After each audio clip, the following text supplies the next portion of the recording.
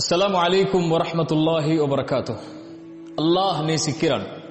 அல்லாஹ் யாரை நேசிக்கிறான்? அல்லாஹ்வுடைய தூதர் ஸல்லல்லாஹு அலைஹி வஸல்லம் சொன்னார்கள், ஒரு அடியான் ஒரு பாதையிலே பயணம் செய்கிறான். அவனை சந்திப்பதற்காக அல்லாஹ் ஒரு மலக்கை அனுப்புகிறான். அவர் இந்த தோழரை பார்த்து கேட்டார், எங்கே செல்கிறாய்? அவர் சொன்னார், இந்த ஊரிலே ஒரு சகோதரன் இருக்கிறான், அவனை சந்திப்பதற்காக செல்கிறேன். அந்த மலக் கேட்டார், ஏதாவது உலக காரியங்கள் தேவை அவரிடத்திலே இருக்கிறதா? அதை பெறுவதற்காக செல்கிறாயா?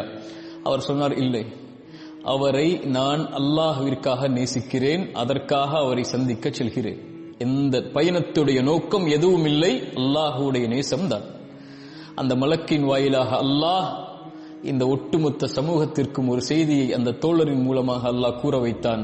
அந்த மலக் அந்த தோழரிடத்திலே சொன்னார், அல்லாஹ்விற்காக அவரை சந்திக்க செல்கிறாயா? எப்படி நீ அல்லாஹ்விற்காக அவரை நேசிக்கிறாயோ அல்லாஹும் உன்னை நேசிக்கிறான்.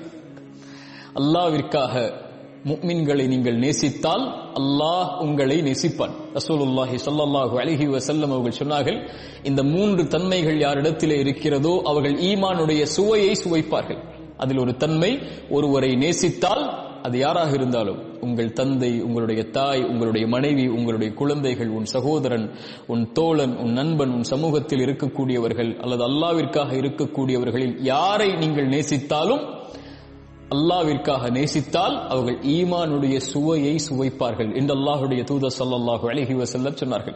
அல்லாஹ்வுடைய தூதர் ஸல்லல்லாஹு அலைஹி வஸல்லம் சொன்னார்கள், அல்லாஹ் நாளை மறுமையில் அர்ஷின் நிழலை கொடுப்பான். சூரியன் ஒரு மைல் தூரத்தில் இருக்கும் போது நரகம் 70,000 கடிவாளங்களோடு, ஒவ்வொரு கடிவாளத்திற்கும் 70,000 மலக்குகளோடு நரகம் இழுத்துக் கொண்டு வரப்படும் போது அல்லாஹ் அழைத்து சொல்லுவான், இன்றைய தினம் எனக்கு நிழல் அளிக்கப்படுகிறது. யாருக்கு? எனக்காக நேசித்தவர்களுக்கு, எனக்காக நேசம் கொண்டவர்களுக்கு. ரசூலுல்லாஹி ஸல்லல்லாஹு அலைஹி வஸல்லம் அவர்களை பற்றி சொன்னார்கள், அவர்கள் யார்? அல்லாஹ்விற்காக நேசித்தவர்கள், அல்லாஹ்விற்காக பிரிந்தவர்கள். என்ன விளக்கம்?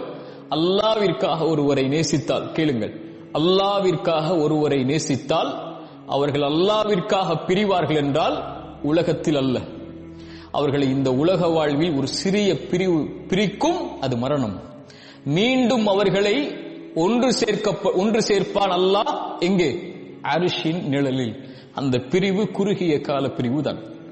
அல்லாஹ்விற்காக நேசித்தவர்கள் ஒருபோதும் பிரிய மாட்டார்கள். ரசூலுல்லாஹி ஸல்லல்லாஹு அலைஹி வஸல்லமுடைய வாழ்க்கையில் எத்துணை மரணங்களை அல்லாஹ்வுடைய தூதர் சந்தித்திருக்கிறார்கள்.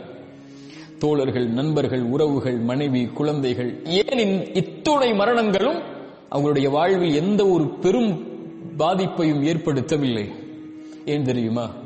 அவர்களுக்கு தெரியும், இந்த உலக வாழ்வு ஒரு தற்காலிக வாழ்வுதான். நாம் மரணித்து விட்டால் அல்லாஹ்விற்காக நேசித்திருக்கிறோம், அல்லாஹ் அவர்களை, நம்மை நாளை மறுமையில் ஒன்று சேர்ப்பான், அதுதான் நிரந்தரமான வாழ்க்கை என்று.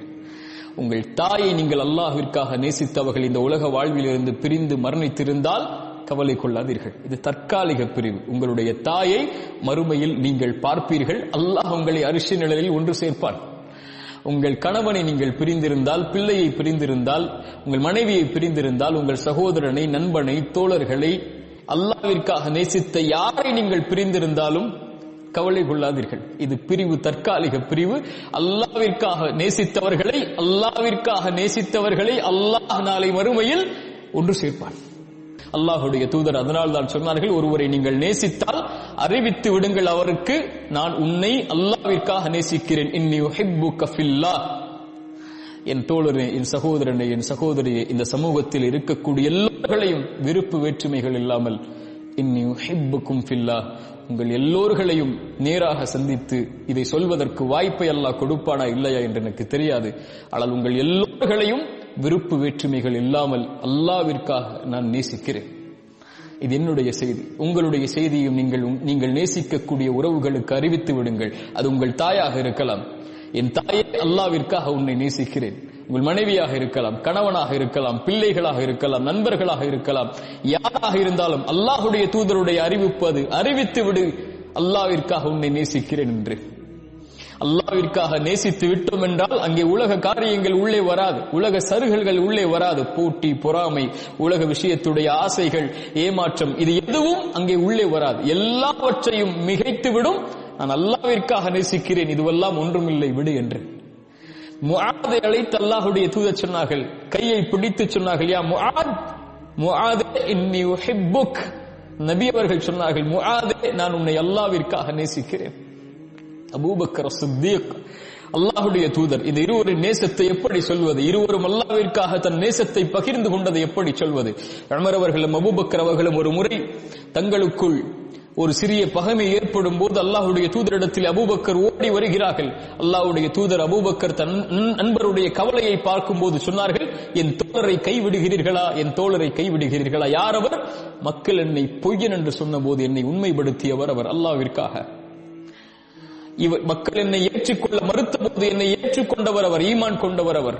செல்வத்தாலும் உடலாலும் எல்லோரும் என்னை விளக்கிய போது உயிராலும் செல்வத்தாலும் என்னை அரவணைத்துக் கொண்டவர். அல்லாஹ்விடத்திலே ஒரு உச்ச தோழனாக நான் எடுக்க வேண்டும் என்றால் அபூபக்கரை தான் எடுத்திருப்பேன். அல்லாஹ்வை தேர்ந்தெடுத்துக் கொண்டேன். அபூபக்கர் என் தோழர், நண்பர் என்று உலகத்திற்கு அறிவித்தார்கள். அந்த அபூபக்கர் எப்போது அல்லாஹ்வுடைய தூதர் கைவிட்டார்கள்? அபூபக்கர் சித்தீக் ரலியல்லாஹு அன்ஹு மரண தருவாயை அடைகிறார்கள். கேட்டார்கள், இன்றைய நாள் எந்த நாள்? தோழர்கள் சொன்னார்கள், திங்கட்கிழமை. இது அல்லாஹ்வுடைய தூதருக்கு, என் நண்பருக்கு விருப்பமான நாள். இந்த நாளில் தான் அவர்கள் மரணித்திருக்கிறார்கள். நான் மரணித்து விட்டால் இந்த நாளை கடக்க செய்து விடாதீர்கள். நான் இந்த நாளிலேயே மரணித்து அடக்கம் செய்யப்பட வேண்டும் என்று ஆசைப்படுகிறேன். இந்த அபூபக்கர் எங்கே? முஹம்மது ரசூலுல்லாஹ் ஸல்லல்லாஹு அலைஹி வஸல்லம் அவர்களுக்கு அருகில் கபரில். உமர் எங்கே? அபூபக்கர் சித்தீக் ரலியல்லாஹு அன்ஹு அவர்களுடைய கபருக்கு அடுத்து. ஏன்? இவர்கள் அல்லாஹ்விற்காக நேசித்தார்கள். இவர்கள் மரணமடைந்த வயது, இவர்கள் மரணமடைந்த நாளை வரலாற்றில் படித்து பாருங்கள், ஆச்சரியப்பட்டு விடுவீர்கள். அல்லாஹ்விற்காக நேசித்தவர்களை அல்லாஹ்விற்காக அல்லாஹ் நாளை மறுமையில் ஒன்று சேர்ப்பான். இது பெரிய அதிசயம். இதை நாளை மறுமையில் நாம் பார்ப்போம். கவலை கொள்ளாதீர்கள். உலகத்தில் ஏற்படக்கூடிய பிரிவுகள், மரணத்தை நினைத்து அல்லாஹ்விற்காக நேசித்தால் அல்லாஹ் அவர்களை மறுமையில் ஒன்று சேர்ப்பான். அதைவிட அல்லாஹ் அவர்களை நேசிப்பான். அல்லாஹ்விற்காக ஒருவரை நேசியுங்கள், அல்லாஹ் உங்களை நேசிப்பான். அஸ்ஸலாமு அலைக்கும் வரஹ்மத்துல்லாஹி வபரகாத்துஹு.